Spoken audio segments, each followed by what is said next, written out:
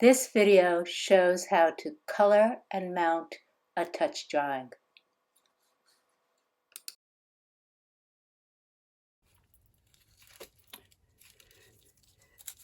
This is a drawing that I've already added some color to, and I added the color on the back side, which is this side, which is not the side that was originally touching the paint.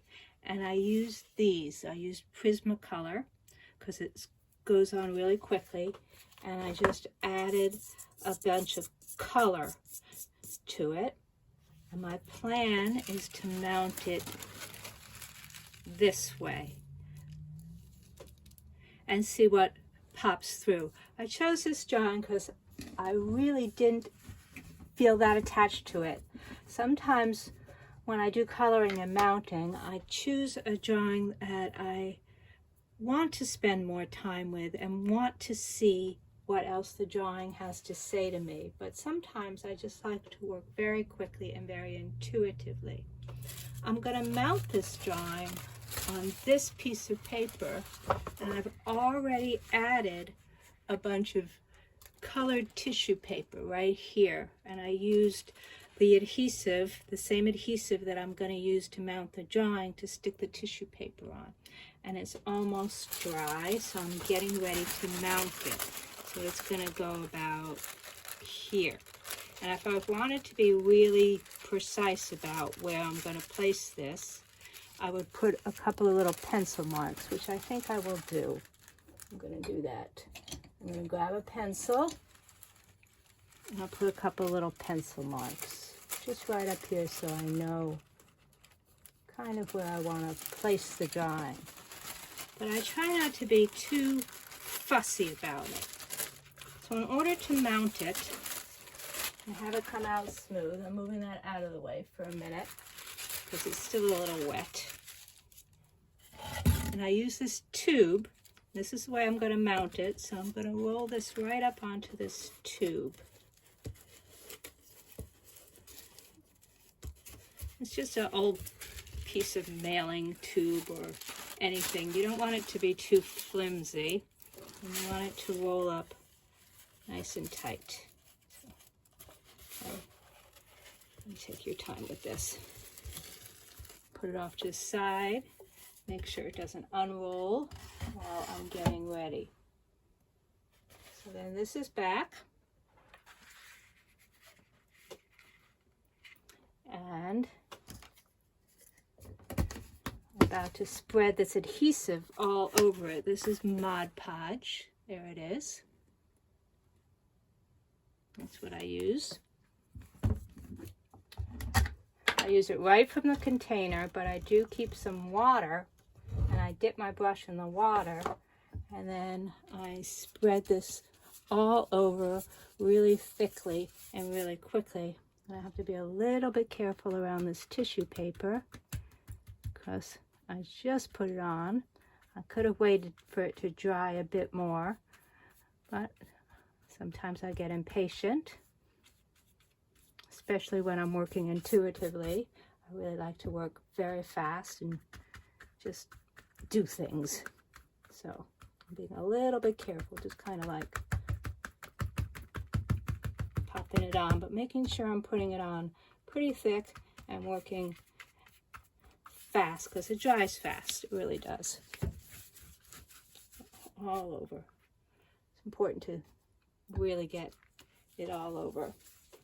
It's not that important to keep the paper clean. At least it's not that important to me. So that is now all over.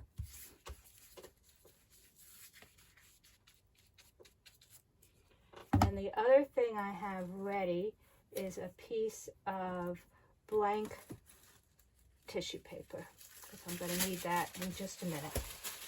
So that's ready for me. Okay, that's like that.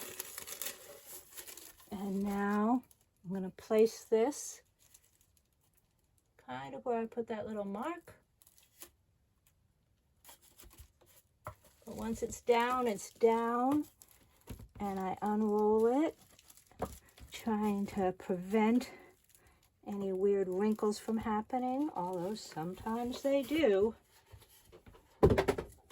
This is where this tissue paper comes in handy. And use that to burnish it or smooth out all the air bubbles as much as you can. And once it's mounted like this and dries, you can continue working on it with paint, with markers, with whatever you want. You could even put down more tissue paper. So, there it is, quick and dirty, colored and mounted. And as I'm looking at it, I'm thinking I definitely will do some more work on it. Work in here, work in there.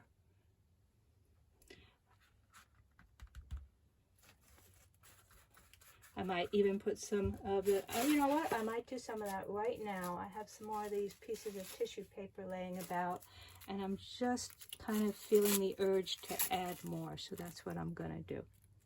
Right on top so it comes out nice and bright. So that's what I'm doing now. Kind of random, just sticking them on. And here's some yellow.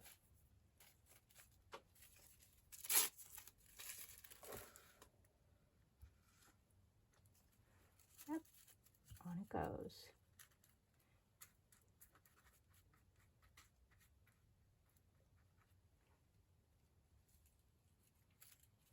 Piece there. So I had no idea I was going to do that. When I get started on coloring and mounting, I just start grabbing art supplies and adding things without a whole lot of thought. It's just the way I work. Oh, I like that orange. And yeah.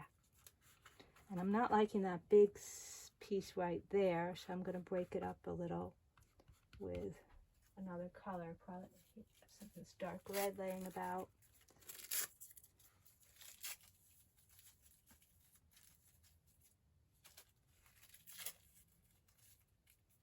Yep, put some of that down.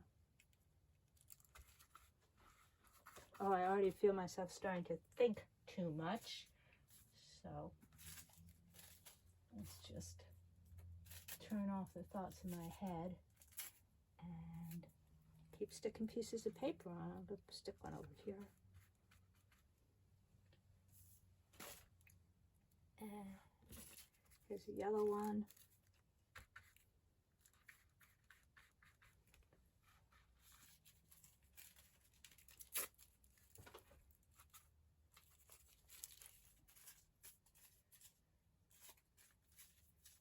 A few more.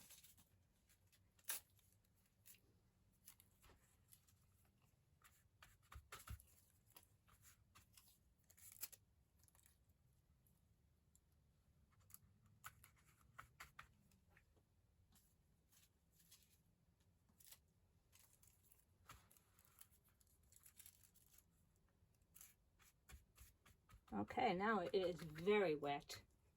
Oh, I think I want some more red up top there.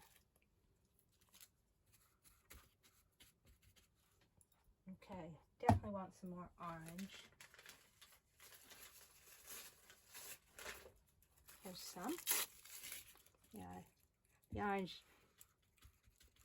wasn't quite bright enough because the original touch drawing was very blue. If you're working with a drawing that has more white spaces than the whatever you put on underneath, if that's how you decide to work, is going to show up a lot better. Let's put that over there. Okay. A couple more pieces.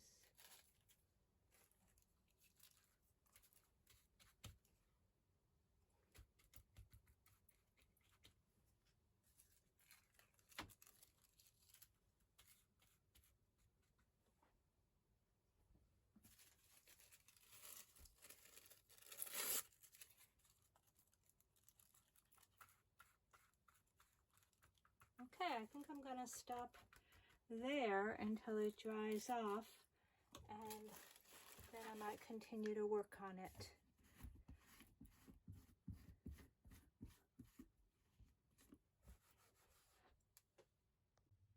So I spent quite a bit more time with this drawing. I used white acrylic paint because I wanted the figure to have white hair. And I also put on a lot more pieces of tissue paper. I'm going to zoom in a little bit